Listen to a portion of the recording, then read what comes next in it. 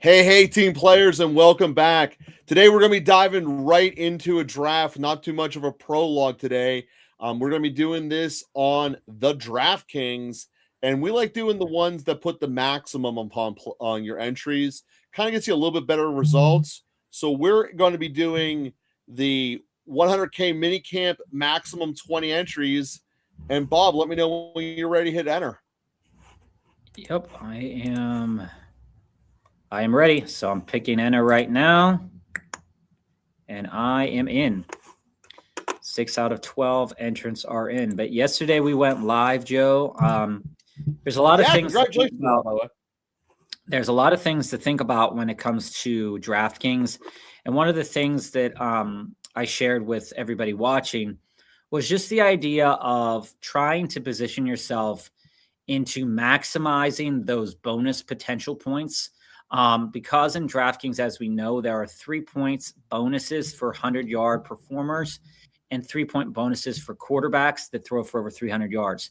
So it's not as bad to take a guy like Joe Burrow maybe a little bit earlier, like a half round earlier. But also there is also nothing bad about taking a guy like Patrick Mahomes in the in the 9th or 10th round as well.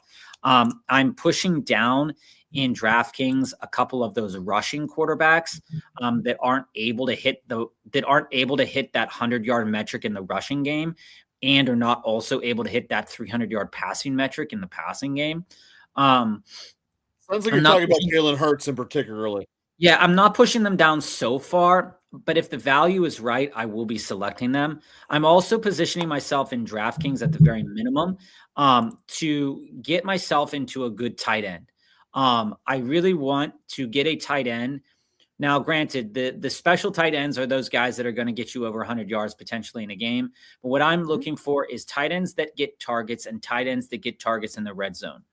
There's a couple of those guys in the middle rounds, basically the Sam Laportas and the Tucker Crafts of the world. And I'm also okay with going with 2 of them. One of the reasons why is that while I don't want to necessarily put a tight end into my flex spot every week, what I do know is that if a tight end does get flex-worthy numbers, they are most likely going to be above the threshold that we need for our flex spot. And that's looking at around like 16 points, 17 points. So if I can get potentially that coupled with another tight end, that's going to be crazy. Also, positioning myself into receivers that have the opportunity to get at least a couple times in the season to get over 100 yards in a game, whether that comes through being highly targeted, whether that comes through just luck, with your situation, baby. Your Alec Pierces, your Rashid Shaheeds of old, your Gabe Davises of old. There's nothing wrong with selecting some of those guys, but what I don't want to do is I don't want to have too many of those guys. Because if I have too many of those guys, then it puts my weekly ability to hit the threshold at a cap. Now, remember, what we're looking for here on DraftKings, because the scoring's a little bit higher, we're looking for at least 17 points, possibly 18 points as a threshold. But logistically speaking, we're still looking for that 16-point threshold out of wide receivers. And the guys at the top of the list here are going to be. There's one spot open, by the way. It's the 100K minicamp, guys. 20 entry. I want to be able to position myself into a couple of those spots, and also, again, I'm not afraid to take quarterbacks a little bit later here in DraftKings. There's a benefit to selecting them early. There absolutely is. But one of the things to keep in mind is like a guy like Caleb Williams, for example. If you have an unstacked Caleb, he has the potential to get you into that 30 points range. He also can get you into that 25-point range. But again, you go down 2 rounds later and you get a guy like Dak, you get a guy like Herbert, or you get a guy like Mahomes. It gives you the opportunity to stack up a couple of those wide receivers that you're really going to need to pivot yourself into. Likewise, these running backs, in the later rounds, I either want to get a running back that's catching a lot of passes, or I want to get the running back that's going to be the hammer in the red zone.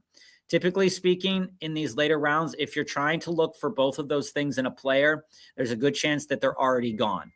So you can't really do both well once you get past like Jordan Mason, right?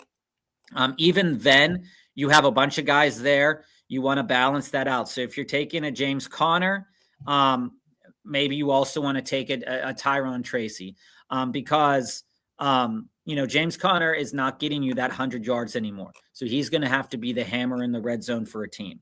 I might be pushing away from Tony Pollard, but again, if Tony Pollard falls to me, I'm still taking him. There is reason to believe that he does get cut from the Titans due to contract. I think it would be a stupid move for the Titans, but I am not a GM, so that they don't really care what I think about that. And I'm also keeping my eyes on guys like Isaiah Likely, David Njoku, Chigakonkwo, guys that could potentially land up in good spots for tight ends. We're hearing that maybe Likely, according to Roto World and ESPN, could be on the move maybe in free agency to the Commanders. And if that happens, then immediately that bumps up likely into that range of tight ends and most likely into that Kincaid range. And you're looking at some value there. Also, the rookies in DraftKings, at least, there's a lot of ways that people have approached rookies, but I'm trying to get, if I have the chance to, I want to get at least 2 or 3 of them potentially.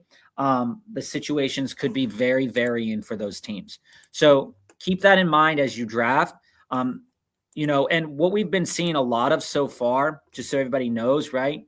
In these dollar tournaments, we see a lot of strange things happen. But one of the things we see a lot of is an Amon-Ra, Justin Jefferson stack. There are certain beginning stacks that we're starting to see a lot of. The Tyler Shooks with the Olave and Juwan. And I want to be a little bit varied on how I'm stacking. So if I get like an Amon-Ra, I don't always want to stack it with Goff, just because there are going to be plenty of those stacks around. And in that case, I want to be a little bit varied, because Goff is not a ceiling producer all the time.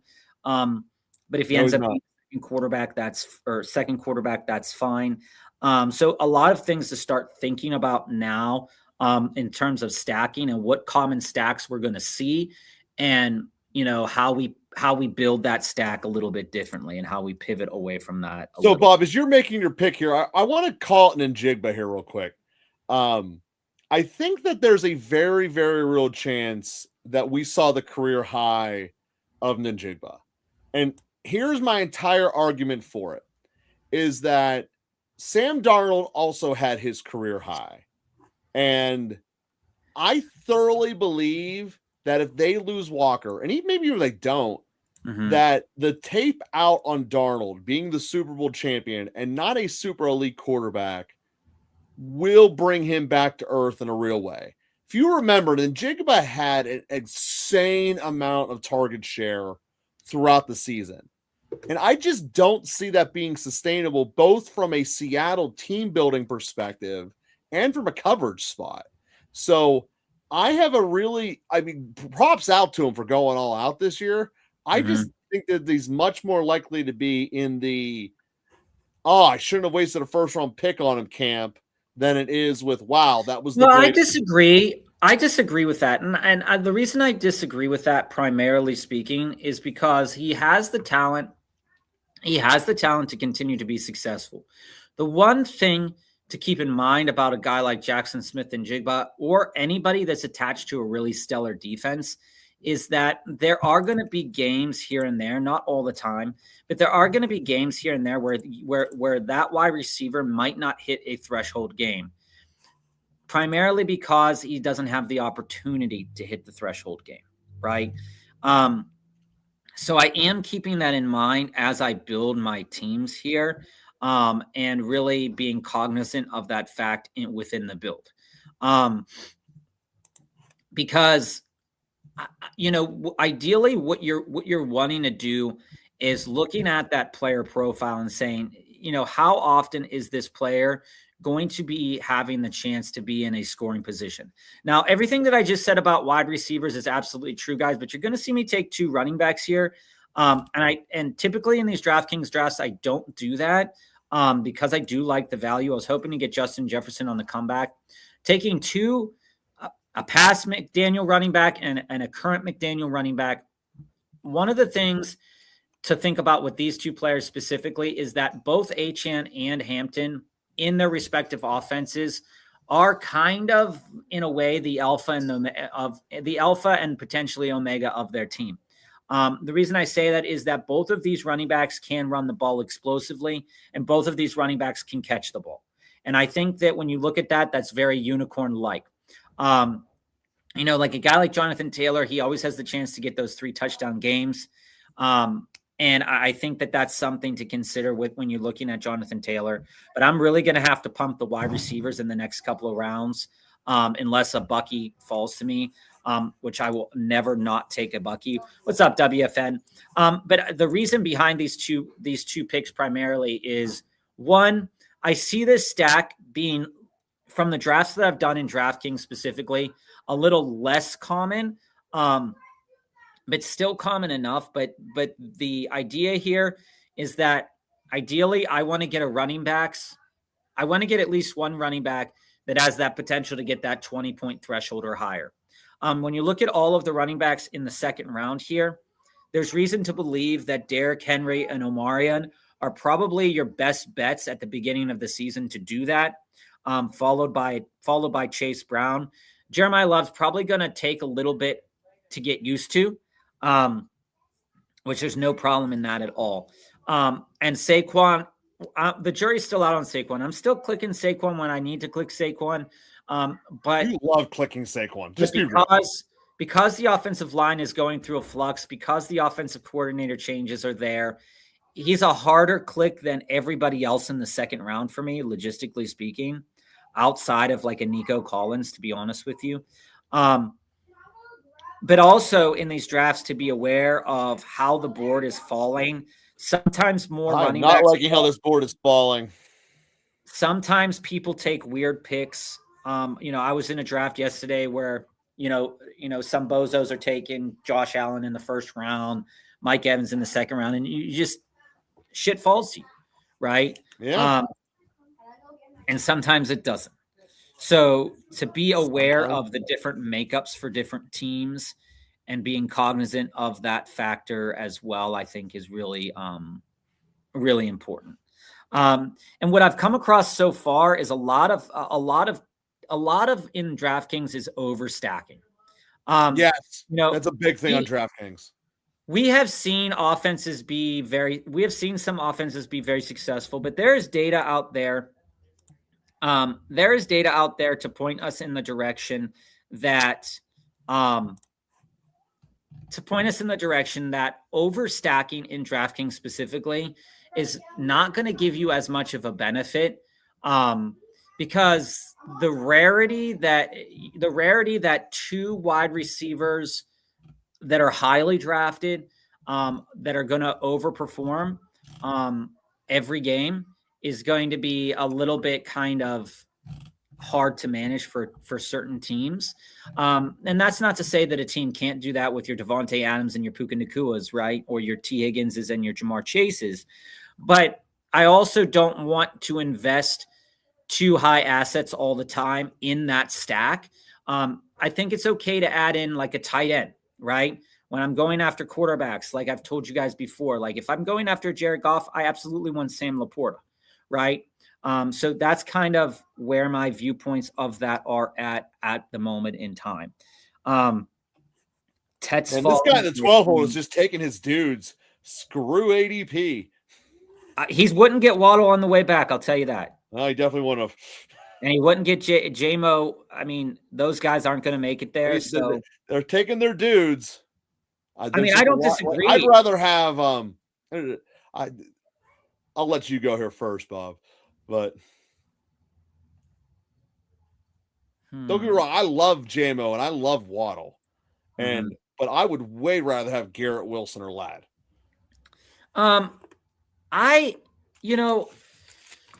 I've thought about taking Ladd there just because I have Hampton and whatnot, and I could build a nice little Justin Herbert kind of build.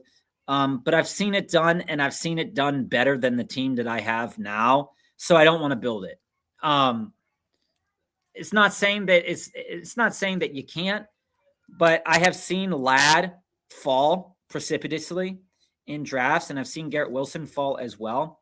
I've seen Lad fall all the way down to like the 47, which is it's a little odd to me to see that. Well, I assume he's you're not going to take falling him past here. 44. I can tell you that. That is a big fall for Tet as well. I have seen Tet go as high as the second round. Yeah, see, I can justify Tet falling with his performance on film. Lad was still getting open. He just didn't have a quarterback who was go as low able as to that. get One of the things I drafted Lad the other day for you guys, and I pointed out that Lad's one of those guys that while the touchdown production may not be there every week, he's definitely one wide receiver that profiles well as a 100-yard guy. Mm-hmm. If he gets over targeted, he's a 100-yard guy. Garrett Wilson, same thing. If he gets over targeted, he can absolutely be a 100-yard guy. He didn't have 100 yards last year, but he did get over targeted. It's a shame that it's going to be hard. Look who's back, baby. Joe's back. Hey, let me point this out. Luther Burton's not going before Odunze. I just want to say that on the record. So I'm okay with Luther Burton over Odunze, Joe. Odunze, you might even be able to get both Odunze and Luther Burton on a team. I don't really like that, but I see it as being a possibility. Odunze is a more talented player. It's not even close when you watch the 22. Odunze is open consistently. Burton, they're forcing it to Burton. And so wrong. He's good OC. He can force it. When you look at the team that pick number 1 is building, the Nico Olave and Devonta Smith grouping, I have seen that pooling of roster with Bijan a decent portion in both Underdog and DraftKings. So that's going to be something interesting to monitor as we get through these seasons and these different tournaments to see how that changes specifically. The Igbuka team, like I have seen for some teams, the Igbuka pick as the 4th wide receiver and the 3rd wide receiver instead of the 2nd wide receiver. So that's a position that's really interesting as well. There we have Joe Burrow going early to go with Jamar Chase. That's something, again, it's important. But one of the things to point out is that when we look at a guy like Joey B, so let's take Joey B's best game last year. That was week 16, 31 points, 4 touchdowns. And we take a look at Jamar Chase's best game. It wasn't even week 16 wasn't even Jamar Chase's best game. So there is correlation to wrap onto, but I'm pumping the brakes just a little bit on the overstacking in this scenario, just to keep myself honest. So, Bob, one of the things you asked me last week to start doing my homework on was which of these rookies am I on the board with? Obviously, Love. I am totally on the board with Love. I think he's a better prospect than Gentry was. The receiver that I'm starting to like more and more is Lemon, though. Being a slot, it's easier to get the ball to a rookie in the slot. And I think that his total volume is going to be the highest among the rookies. And given the fact that he's probably going to go later in the first round, he's going to go to a better quarterback. Well, the only thing that would be damning is if he goes to the Steelers. Yeah, well, you say that about any player in this draft. That would be the thing that would be the real. You can't draft a rookie being worried about one pothole. That would be the real kick in the dick. There is if he goes to. He also could be replacing an out of the league Rashid Rice in Kansas City. Well, if Rashi goes to jail for a significant portion of time during the season, I mean, I can't see the NFL cutting another deal with him, because why should they? This is like the 3rd time. Like pretty much the answer there. Let's be serious for a minute. Let's be honest. Let's be serious for a minute. Tony Pollard going. All right, I'm going to take Lemon there as my first rookie. I've drafted Lemon a couple of times. It's going to feel unusual that he's peer pressure you into a Lemon. It's going to be weird that he's the first rookie off the board, but I agree with everything that Joe says. He has been the rookie that I've taken probably the most at the current value. And like I said to you guys last week and before, I think 6th round is perfectly fine to start taking a chance at whatever could be a high drafted rookie. I really don't like pulling the trigger before then. And ideally, like the 7th round Jordan Tyson is like even better. I love the team what Team 4 is doing. You have Puka, Rice, Bird, and McLaurin.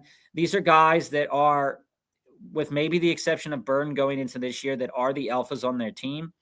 And the McLaurin build, I think the McLaurin unstacked with Daniels here is going to be a little bit of an advantage for this guy going forward. Because I've seen Daniels with McLaurin a lot, like I said. So I think the advantage of having him unstacked, I think, is going to be groovy.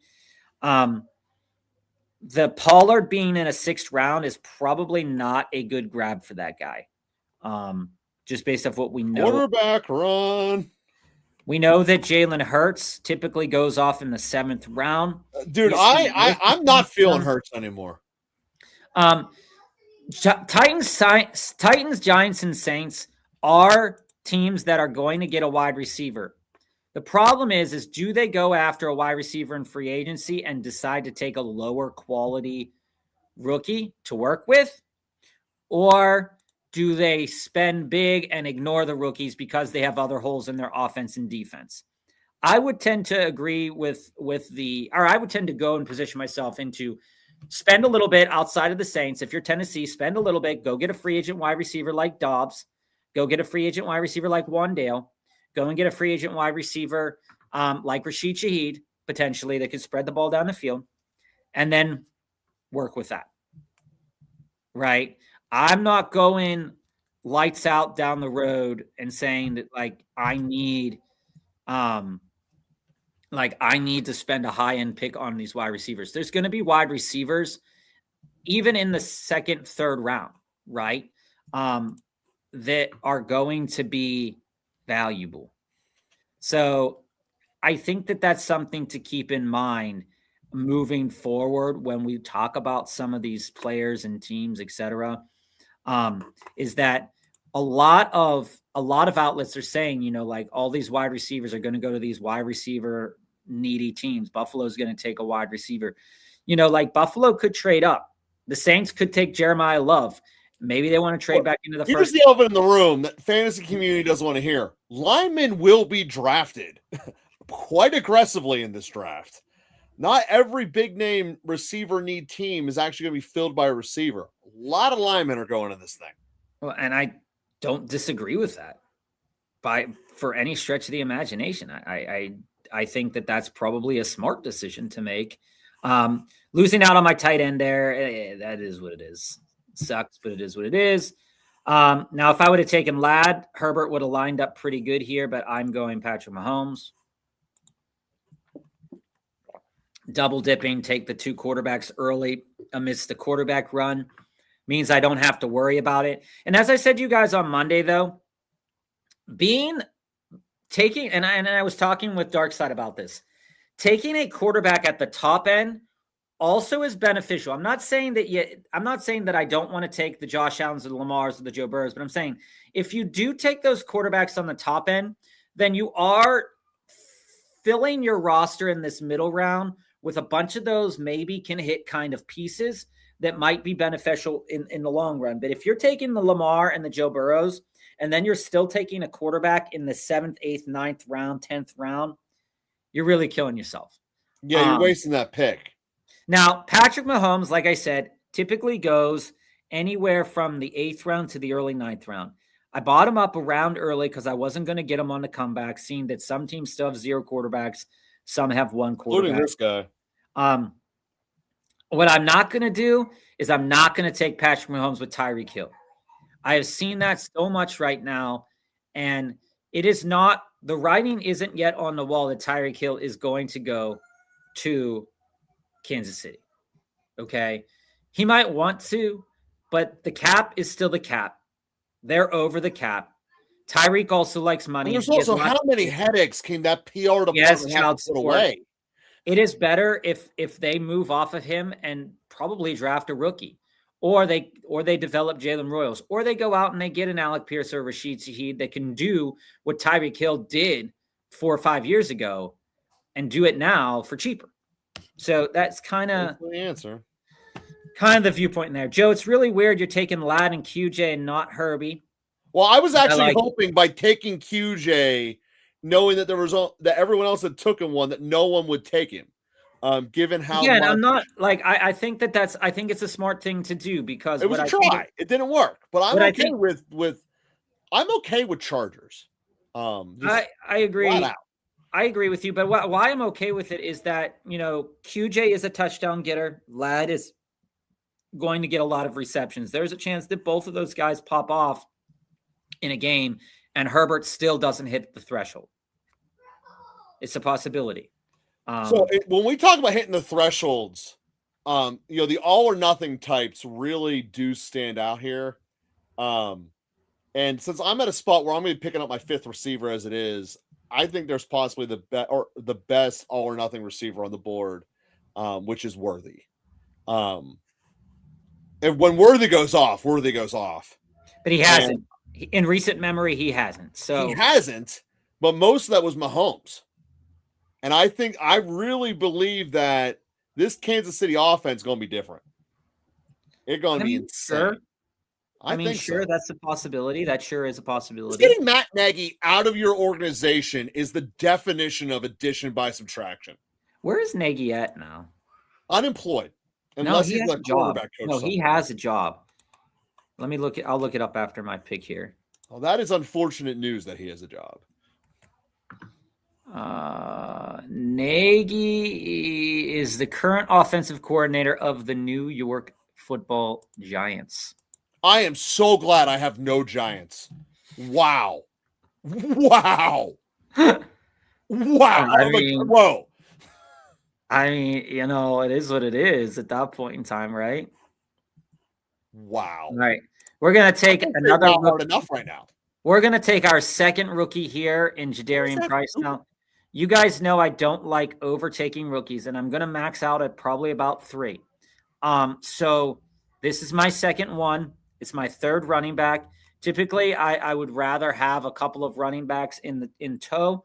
But as you saw yesterday, I'm not afraid to take like 8 straight running backs in these last couple of rounds. Because what we've learned is that, there's always a chance that these guys will pop off.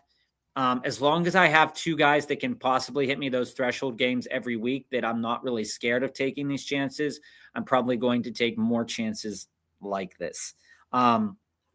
I'm also probably avoiding the Woody Marks of the world. I love Chris Godwin in this range, love Tyler Shook in this range, but I already have 2 quarterbacks here. The Gatson piece, I told you guys I like taking tight ends in this range as well this year. There's a chance that I go Dalton Kincaid if Dalton Kincaid's still on the board. Who's your quarterback, Bob? Trevor and Patrick Mahomes. Okay, that's all right. Yeah, so I am going to go Dalton Kincaid here. The reason behind that is they are probably, I believe Dawson Knox's contract is up. The one thing that I hate about Dalton Kincaid and why I don't draft him often is his touchdown equity. So this year he caught 7 touchdowns, but the thing about his equity is that Josh Allen and James Cook really cut into his touchdown equity on a per game basis, because if they get within that 3-yard line, it's like, honestly, run the ball. But what I like about Dalton Kincaid going into this year is, number one, he is going to be on an offense that can move the ball. That's a good thing for a tight end. Number 2, he has shown in the past that he's capable of putting up threshold games where, as a tight end, you want to get over 13 points, right? And again, I put that marker up a little bit higher. Typically, it's around 11, but on DraftKings, the numbers change a little bit because of the bonuses. So yeah. What I'm looking at here is to look into the numbers of some of these players and saying, is there a possibility with a changing in situation that this player can be hyper successful? Dalton Kincaid's value was really high last year, last couple of drafts. Now he's sitting in the 10th round. And I think that, again, where we have said in the past that these Sam Laporta, Kyle Pitts, Tucker Kraft, Gadsden, Goddard, Kincaid guys, There's not much variance between them necessarily, but what's really nice is having one of them. It's not that any one of them I think will be at the end of the year better statistically by a huge margin than any of the other ones, but having at least one of them so that you actually have a chance on a weekly basis at that threshold game. Like for you, Joe, I know you just took Kittle, but I would have loved I would have loved Ferguson there with my DAC, right? Yeah, no, I get it. I was strongly considering it, but I didn't want 4 Cowboys either. I'm Three's there. enough. I get it. I get it. Plus, Now, and here's the other big part of it is I look at Ferguson like Ferguson could have a solid, decent output, but Kittle can be number 1 for 6 weeks. I don't think I'm getting that out of Ferguson. He could. All right, so we're going to take Tyrone Tracy here. Now, the thing about Tyrone Tracy that's the killer here is Cam Scatterbo. If Cam Scatterbo's on the field, I'm not 100% sure how they're going to utilize Tracy, but I know he's a guy that's capable of performing if given the right circumstances. There is a chance that Linderbaum, who is the center for the Ravens, could go up into New York to be back with Harbaugh. And if that's the case, I'm all about that life. You can see Woody Marks having a precipitous drop here. That's fine with me. And like I said, I'm going to go after another tight end here, Brenton Strange, to go with my quarterback. So I have 3 Jags, Brian Thomas Jr., Trevor Lawrence, Brenton Strange. I don't need any more Jags. I'm good on that. Also, like I said, I really like the idea when you go back and you look at the stats over the course of the year, the correlation of tight ends to quarterbacks success is fairly good. So when we take a look at a guy like Brenton Strange and we look at Brenton Strange's best game last year from a fantasy perspective, it was week 18 at Tennessee. He had 17 points. Then we look at Trevor Lawrence, week 18 at Tennessee, he had 23 points. So they both hit the threshold or were damn near close to it, right? Kincaid, another one. I don't have Josh Allen, but in Kincaid's best game last year against Kansas City, he had 25 points. Josh Allen against Kansas City had 28 points. So the correlation is there, guys, that if you're going to take a tight end, it's great to take that quarterback attached to that tight end. Absolutely. So like if I'm taking Jane Daniels, I'm smashing David Njoku, Isaiah Likely, whoever I think could be Jane Daniels' tight end next year is what I'm smashing into. So Scorpion, let me hit you on your thoughts about Judkins. Here's my big problem with him. Cleveland has 1 offensive lineman under contract. They have no ability to replace an entire offensive line. And that's before we even talk about Judkins coming off of injury with an outdated offense. I really don't see the upside in having him in redraft leagues. I actually think he's going to be your league winner in 2 drafts after he gets unduly dropped, and then he'll be your winner in 2 years. But this year is not the year that I want to be buying Judkins at all at cost. If he falls, he falls, but he's not a guy I want to bank on. So I'm okay in underdog and underdog specifically taking Judkins. But I am, and I've taken him in DraftKings a couple of times because his value is 5th round value.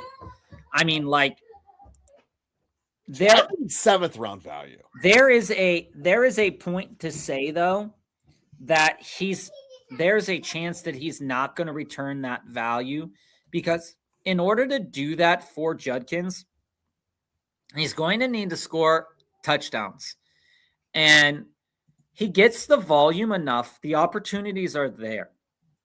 And if you look at his stats from this past year, he hits that 16-point threshold 1, 2, 3, 4, five times last year, and that's for starting most of the season. And in the games where he didn't, he's getting volume but no rushing yards. And that's a real big challenge for me with a guy like Judkins. It's a reason why he's 5th round and not any higher. Because if he was capable, if their line was even remotely capable, he would be a smash for some people, right? But I'm not. I'm not buying him at cost as much in DraftKings as I might in Underdog, because it is a concern for me, Scorpion, with the injury.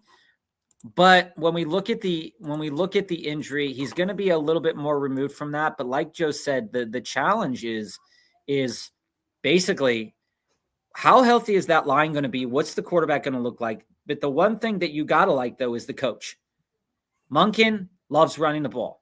He does, but you still have the line. So also an outdated system, though. We do need to be honest about that. I believe the chances for success will be there, but I'm not quite sure he gets you what you want. I'm not sure they get in the red zone enough. I think that's easily projected the lowest scoring offense in the league. But I'm definitely not overdrafting him. I'm taking him here and also, there, depending on the build. How much do you think Cleveland's defense falls off a cliff with a new DC? But realistically, Joe, I like Dylan Sampson more at cost than Judkins at cost. Well, I agree with that because you're paying nothing. Because we see in game 1 versus Cincinnati, again, that's against Cincinnati, and in week 14 against Tennessee, and week 12 against the Raiders, we have his targets, and when he's getting targets and gets in the space, he had 3 games as a pass catcher last year over 50 yards. And so, to me, Dylan Sampson, like, had Dylan Sampson scooped his way around to that pick, he would have been on my team, because I think that he is a better value than Judkins in this iteration of the draft. Now, you see there, I just took Brandon Ayuk. We talked about Brandon Ayuk as a potential dead asset going into the season. But one of the things to keep in mind about this is that Ayuk has missed a full year now, okay? And the year before that, was the contract stuff. And so he is still a guy. He's still a guy who didn't want to be a Niner. He doesn't want to be a Niner, so I guess he doesn't want to be a winner. But the fact of the matter remains is that his skill set fits really well for best ball. Yes, it does. So, again, he got hurt in 2024, right? Did not play the 2024-2025 season, okay? And now, that is now a year removed from the injury, and the last time he played a full season non-injured, he had 75 receptions for 1,300 yards and 7 touchdowns. So it's not like he can't do it, but he has to be put in the right situation to do it. And the Niners can't just keep eating that contract. They're most likely going to move on from it. And we can take a look at that contract when the draft is done, if time allows, Joe. You might be able to do that one yourself, because I might have to bounce. But it's something to consider at the very minimum. At his cost, it's not a bad buy by any stretch of the imagination. And remember, the whole thing with 15 round and beyond, you got to be in swing for the fences mode. Quite frankly, I've been in swing for the fences mode since the 11th round. You might be at swing for the fences mode a little bit too early. Floors don't win it, man. Hey, it's true. I mean, I got 4 guys. I got Love and Bucky. And I got CD and Metcalf and Ladd. That's my 4. But the thing is, I'm not necessarily worried about the word floor. I'm worried about How many times are you capable of hitting that threshold that we talked about a couple weeks ago, where we're looking at 22 to 23 points for a quarterback? In DraftKings is a little higher. We're looking at, can you hit 20 points as a running back? Can you hit 16 to 20 points as a wide receiver? Especially in DraftKings, Judy might have to get 10 catches a day. Is higher. Like, he might. There's no one else in Cleveland anymore. Fannin and Judy, that's it. That's fair. And I'm going to take another player here that I think is an interesting player. I like him. It's Torrey Horton. You love Horton. He's one of the guys that I am taking a couple more chances on than maybe I want to in these latter rounds. Here's why, right? They're not going to bring back Shaheed. There's no possibility that they bring him back. They didn't even use him the way that they wanted to. When Torrey Horton wasn't hurt, he got hurt week 9, basically stopped from there. Before getting hurt, so he played 9 games. In 2 of those games, he was able to go past and hit the 20-point or past the 16-point threshold and hit 18 to 20 points. Now, this primarily came with touchdowns, but I've got to believe, like, when I take a guy like Torrey Horton, year 2, right? Comes back from an injury, year 2. The idea here is they just want a Super Bowl. They're dealing with some injuries and stuff.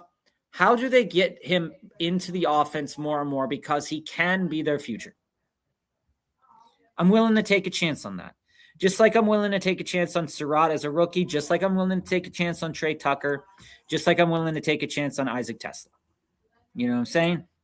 I hear you, man. Scorpion, him being on Cleveland isn't great either. All 3 of those second-round running backs that go in that 4th, 5th-round range are tough clicks for me. Here's the funny thing, though, Scorpion. I did do a draft where I think I did Travion Scattaboo and Judkins, I think it was, in one of these drafts. I'm not sure. It might have been 2 out of the 3.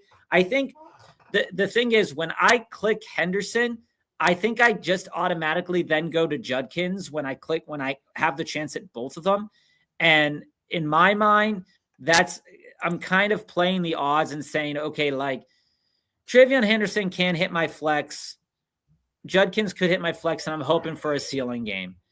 I don't expect those teams to fully make it out of these pods, if I'm being honest with you. Would I would have loved Brian Robinson to come back to me? Absolutely. We talked in depth about why Brian Robinson is absolutely a potentially elite piece at this level. Again, considering Brian Robinson's age, okay, 26 years old, possible free agent,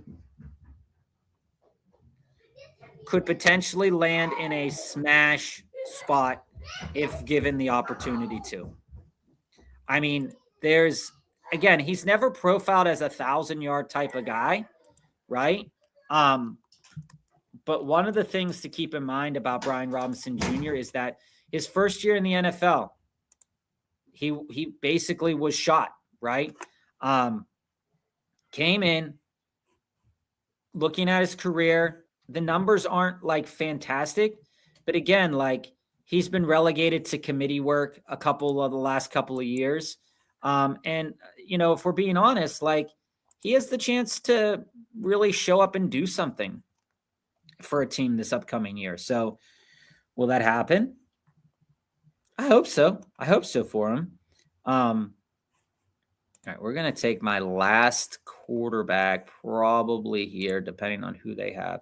Okay, so they each have 3 quarterbacks. So I'll take somebody else in this range. Ty Simpson's of the quarterbacks on the board, Rodgers, Cousins, Ty Simpson, Tua, Mac Jones, and yours. To me, it's Ty Simpson or Jones. It's going to be Mac Jones. Yeah, that's a fair pick.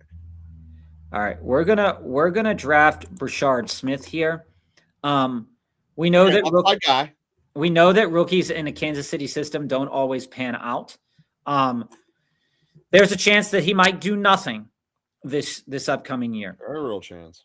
But I see as a guy that when given the opportunity to be successful, he got 14 carries week 7 for 13 points. 5 catches. And in week 18, 12 carries for 56 yards, 2 receptions, 4 targets, 2 yards. So there's a chance that he could be activated more in the upcoming year. Again, Kansas City is going through a lot of challenges at wide receiver. They drafted Brashard Smith as a running back, but Brashard Smith is also a wide receiver from SMU. Okay. Like, we have to also understand that Brashard Smith played wide receiver at SMU. Okay. So, when I look at it and say, maybe they don't go out and get anybody. Maybe they go out and get one guy, and then they start to use Brashard Smith in a lot of different ways. 7th round guy, maybe he gets cut. I mean, there's a chance that happens too. I'm not saying it's a great pick all the time, but it definitely, in certain builds, it's well worth the investment of a 17th, 18th round guy, right? It's the same thing that I'm saying about Brian Robinson Jr. Same thing you could say about Nicholas Singleton. Same thing you could say about Jadon Blue, although Jadon Blue is a little lesser for me because they do have film off Malik Davis. We still don't know what they're going to do with Javonte Williams yet. Hey, and by the way, maybe the Cowboys get Tony Pollard. Maybe they bring Pollard back. I'm not too sure about that. Pollard will be cheap enough. They might not want to re-sign Javonte. Pollard would work well. Pollard would be a smash. And I'll tell you what, if Pollard ends up on the Dallas Cowboys, he will be drafted before Quinshon Judkins. So if you want Tony Pollard, now's the time to buy. I think the Cowboys are much more likely to go younger. And it all depends on how they feel about Blue. That's fair. But that's what I'm saying, though. They have Malik Davis. They have film off of. They have Jadon Blue. If they sign Tony Pollard to a vet min or something along those lines, if he gets cut by the Titans, which seems likely, how much is he going to cost? Will it be worth it, right? He'd be worth it for a team like Tennessee or for a team like Kansas City. You know what I'm saying? It'd be worth it for a lot of these teams seeking out. They could go out and get a rookie running back in the draft, use Tony Pollard for 2 years, and let that rookie develop within the system. Realistically, it's cheap. So, Bob, I'm having a debate that you're going to think is laughable inside my head. Obviously, I went Ollie Gordon. But a name that I was considering is Najee. I know that he's out of sight, out of mind, coming off an injury. But if you believe that Chargers line is healed, he could be a fantastic number 2 next to Omarion. It really depends, man. I've seen, is it possible? Sure. They don't. They got injured at the beginning of the year. They also have Kamani. I think Harris is infinitely better than Vidal, but they're very different types. I don't know this is coming from the guy that drafted Omar in this draft. Najee Basley's value would have to be as a goal line back, but I see the Chargers in there a lot. And I know Harbaugh's love running it in the end zone more than they like throwing it in the end zone. I mean, sure. That is totally something that, I mean, you got me thinking that maybe on this team, maybe he fits.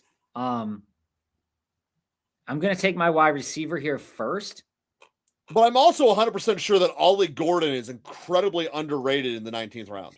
I mean, there's a possibility. I mean, when you look at a guy like Ollie Gordon, did he overperform, underperform, or perform to expectations? I can't really say undoubtedly that he performed to expectations of what you would want him to do.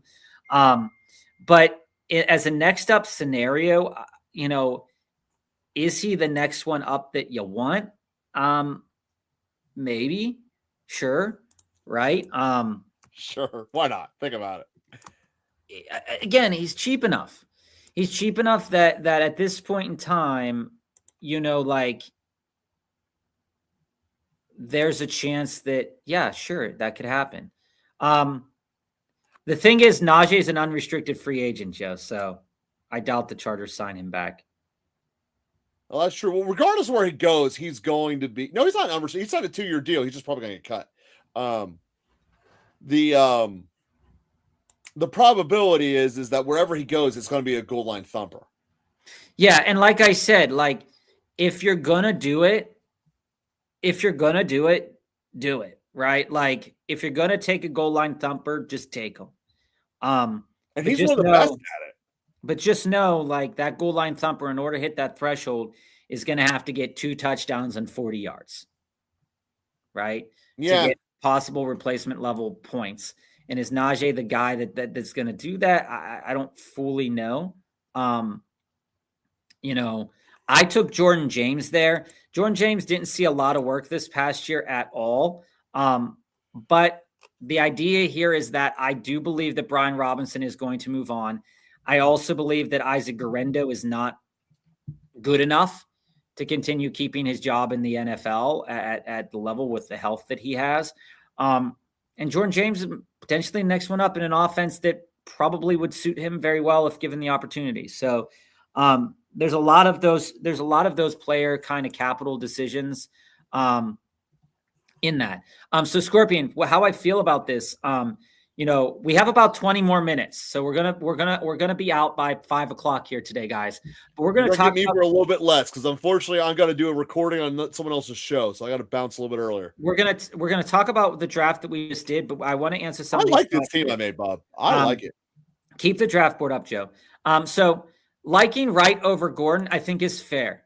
I think it's fair to assess that and say, you know, if I'm choosing some of these backs and you're putting your portfolio together and you want to draft a little bit of a percentage of Wright and a little bit of percentage of Ollie Gordon, fair enough, especially if you're an Achane drafter. I don't think that either of those players fully replace what Achane can do on the field.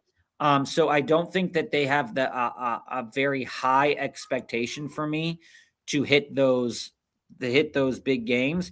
But the one thing I like about Jalen Wright, right, is that week 6 last year, he ran for 24 carries against the Jets, not a very tough defense by any means, for 107 yards. Then you go against Tampa, it was 5 for 56. 13 for 23 against New England. We know New England was a tough defense this past year. So if Achane does get hurt, a guy like Jalen Wright is absolutely a guy to target, especially if you're a Devon Achane owner. I didn't do it in this draft specifically. I went after Jordan James instead, but I think that it's worth your time. Now, so let me hit on that. Warehouse, the reason I went with Gordon there is because his role is already defined. He is the exact opposite scheme of Achane. He's going to be on the field, especially as Achane is going down the road of CMC and becoming more like a valuable slot type. The need for someone to just get the shit beat out of him and run the ball in the end zone grows more and more. And that's where I see Ollie Gordon playing in perfectly. I think if Miami's offense can be real, I think Ollie Gordon can blow up. Yeah, what we would want to see from Ollie Gordon this year for him to actually blow up is that he needs to get to at least 10 total touches a game. Oh, yeah. I mean, I'm not saying there's no more. I'm not saying he's a perfect prospect. One of the things to note about so this guy down here took Chig, and we're speaking of tight ends for a minute. I'm not, can you go down to the very bottom of the draft board, Joe? Sure. I'm not fully endorsing Mark Andrews at his current ADP. No. So his current ADP is 165. If I am taking a chance on a tight end in that range, these are the tight ends that I am taking instead of Mark Andrews. Schultz around later and the Joku around later are better. It is likely. It's one of the Rams tight ends. It's Theo Johnson and it's Dalton Schultz. Yeah. It's likely, and the Rams tight ends and Theo Johnson because of the age. They're much younger. I think Colby Parkinson is much younger. We'll check on that another time. But offensive scheme matters. But what we do know is that when Mark Andrews is on the field with Lamar Jackson, that when Mark Andrews is valuable, it's because he's getting touchdowns. Yes. So I don't fully disagree with it. I'm just clicking it less because he has no burst. And what's going to happen is that the Ravens are going to have to get into the red zone more this year. They did not do it enough last year to benefit Mark Andrews incrementally. Mhm. But if they, with a change in scheme, with a change in coaching, maybe that happens and maybe he will be more valuable. But what you're going to see out of Mark Andrews is probably going to be a line close to what he had this year. But what you'll want to see is like 48 receptions, 422 yards, 10 touchdowns, right? Mm-hmm. That's what you want out of Mark Andrews. But I think you get better yardage totals out of Theo, better yardage totals and reception total. And the other thing too is that Mark Andrews reception totals, so he's sitting at around 48. Dalton Schultz had 87 last year. Theo Johnson, before getting hurt, had 45 last year. And Colby Parkinson had 51 with more touchdowns. So all of those guys are pretty much the same. And I don't necessarily see the full upside to a guy like Mark Andrews. While I'm not going to not click him if I have the opportunity to click him, I'm clicking him less than those other tight ends because of those reasons, because there are so many limiting factors to it. But if he does have a blow up game, like if I'm drafting Lamar Jackson, I'm taking Mark Andrews, because if Lamar Jackson's going to have a good passing game, 2 of those touchdowns are definitely going to Mark Andrews. Like, right, Joe? Like, yeah. So that's kind of the motive that I have, is that, again, quarterbacks and tight ends. If I'm taking Matt Stafford, I want one of those tight ends. I think you just have to go for it. And go on the case of Likely, right? If Likely goes to the Giants, I don't see that as a probability though, WFN, because Harbaugh's the guy that like basically still wanted to use Mark Andrews. He is. Right? So I don't see him bringing Likely in, because even when he's there, he still split time. I assume Daniel Bellinger is still there, I think, in New York. Again, I think Theo Johnson's a great... The Giants haven't had a tight end since Shocker. Great option. Gordon does need a slight bit of a time machine, though, WFN, to reclaim some glory. I do agree with that. WFN, I'm not saying he needs to reclaim glory. I'm just saying his situation being that much different than A-Chain is a benefit. Here's the other thing to note here, Scorpion, especially in DraftKings. This is less so in Underdog, because we're not getting that PPR points for guys like Dalton Schultz and for guys like Colby or Theo in that nature. But when you look at these tight ends, and we don't know what, the contract thing for K-Dot and whatever. But again, when I look at a guy like Chig, for example here, 20th round guy, he's a free agent. Let's say he goes somewhere important. He could be successful, and you're getting potentially 56 receptions in the last round. Looking at a guy like Michael Mayer, Bowers goes down with a new coaching staff, gets a little bit more action.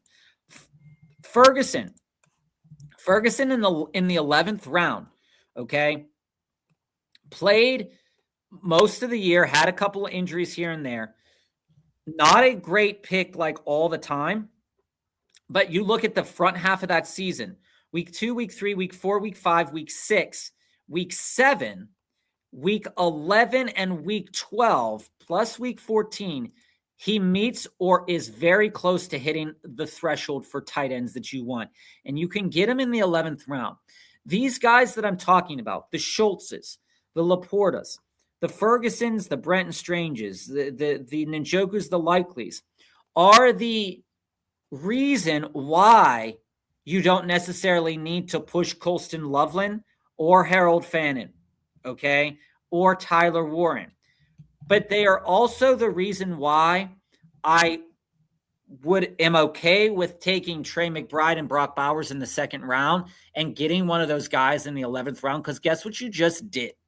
You've just guaranteed yourself high-end tight end production basically all year, okay? You take a Brock Bowers and a Sam Laporta. You take a Brock Bowers and a Jake Ferguson. You have guaranteed yourself almost certainly to take a producing tight end that is going to hit the tight end threshold, has the chance to hit a wide receiver-like threshold. And hey, by the way, if all of your scrubs that you're hoping to hit in your flex spot, like your Shaheeds of the world, your Josh Downses of the world, well, guess what? You are almost entirely guaranteeing yourself at minimum 10 points in your flex as a threshold. And ideally, you're going to want to get above that, but you aren't losing out by taking that tight end. So it's a little bit of a different way in DraftKings than it is an underdog to view that kind of idea here. And even so, like this, WFN, I'm absolutely on board with something like this. Although I don't want to take all three of them consecutively, and it's one of the reasons why I say go with a Tucker Kraft because he's a tight end producer. 7th round, 8th round, right there. Come back end yourself into a Colby Parkinson into the 16th round, and then give yourself a Freiermuth in the 17th, 18th, 19th round, depending on where he goes, and you're golden. You should be meeting that 10 point, 11 point, 12 point threshold at minimum, right? And so when you look at that, you got to start considering some of those options. And Joe, scroll back up for a moment here. Just touching on one more thing before we go is when you're looking at this board here and you're thinking about it, and you know, the theory of stacking is fine. I do not have a problem with that theory, but what I do have a problem with is the idea of overstacking, especially with certain types of players. And I'm looking through it right now, Joe. I'm looking at Olave. So this didn't happen in this draft, and I'm thankful that it didn't. But we have a guy like Chris Olave going into the 3rd round.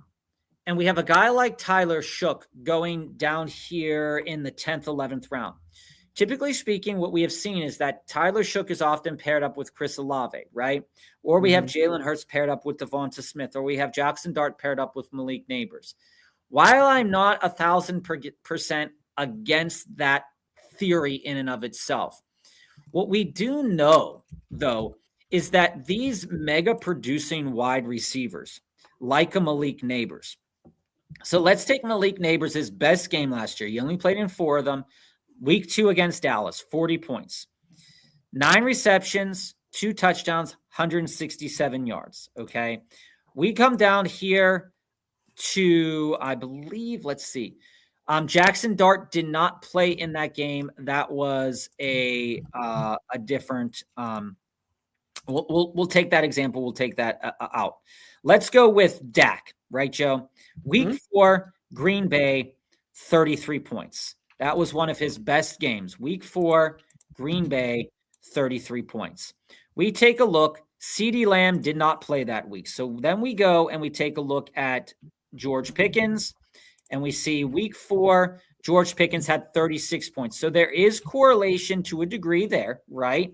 2 great performances. And then we take a look at tight end.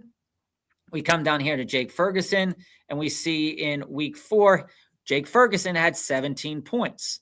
Okay. So like I said, the thesis there is that it is a very high likelihood, not a certainty, but a very high likelihood that if your quarterback is overperforming, your tight end, if that tight end is an important piece in that offense, that he is also going to outperform tight ends in the same metric pool. So week 12, I just want to check Jalen Hurts for a moment here, Joe, before we go offline. Yeah. Jalen Hurts is kind of the exception, though. Jalen Hurts had a great game against Dallas week 12. And this is predicated on quarterbacks that like to throw to their tight ends as well, that aren't putting primarily a lot of their fantasy points on the ground. Jalen Hurts week 12 had a fantastic game, 30 points, but it did not come as a result of passing. It came as a result of rushing for 2 touchdowns. You look at the best passing where Jalen Hurts threw for 4 touchdowns, which was week 8 against the Giants. And we take a look at Dallas Goedert week 8 against the Giants. Well, guess what? Dallas Goedert had 17 points. So the thesis is there that quarterbacks and tight ends, the correlation is so especially if it's a passing quarterback, but especially if it's a running quarterback that's going to pass, the thesis there is that it is best to take the tight end. So what I will be doing in the future, and just for everybody watching right now to look at, is looking at the quarterback, looking at the tight end. And this is even the case for a guy, let's say Jacoby Brissett. Let's say Jacoby Brissett ends up in the Jets. I'm smashing Mason Taylor every single time, right? If I'm taking Mendoza, if I'm taking Bowers, I'm absolutely taking Mendoza. If I'm taking Drake May, I want to push for Hunter Henry. If I'm taking Jared Goff, I want Sam Laporta on my team. And you can see these things going through it. Like, again, Caleb Williams. If I'm taking Caleb Williams, I'm not doing the stack with Luther Burden. I'm doing it with Colston Loveland. Because if that tight end is going to outperform their ADP, if that tight end is going to be successful, it is going to come because that quarterback has a multi-touchdown game and throws for a boatload of yards. Will that be the tight end? The theory is there. So when we come back next week, next Monday at 3:45, we're going to rack up probably another underdog draft, but maybe another DraftKings draft. I'm telling you guys, get into these dollar drafts right now. The ADP will be there before the free agency hits. Guys like Pollard, Spears, this is the time to buy some of those guys for the teams. Guys like Rico Dowdle, the rookies. This is the time to buy some of those players. You see the teams that Joe and I constructed today. While there's a lot of things to think about with all of these teams, we would really want guys to hit on the back end. Again, if they don't, we're hoping that the logic is sound already to start with. So we'll be with you guys 3:45 on Monday. If you like what we're putting out there, like, follow, subscribe. We are almost at 1,000 followers. Almost so close, guys. So close. Love Hurts stack. You absolutely do.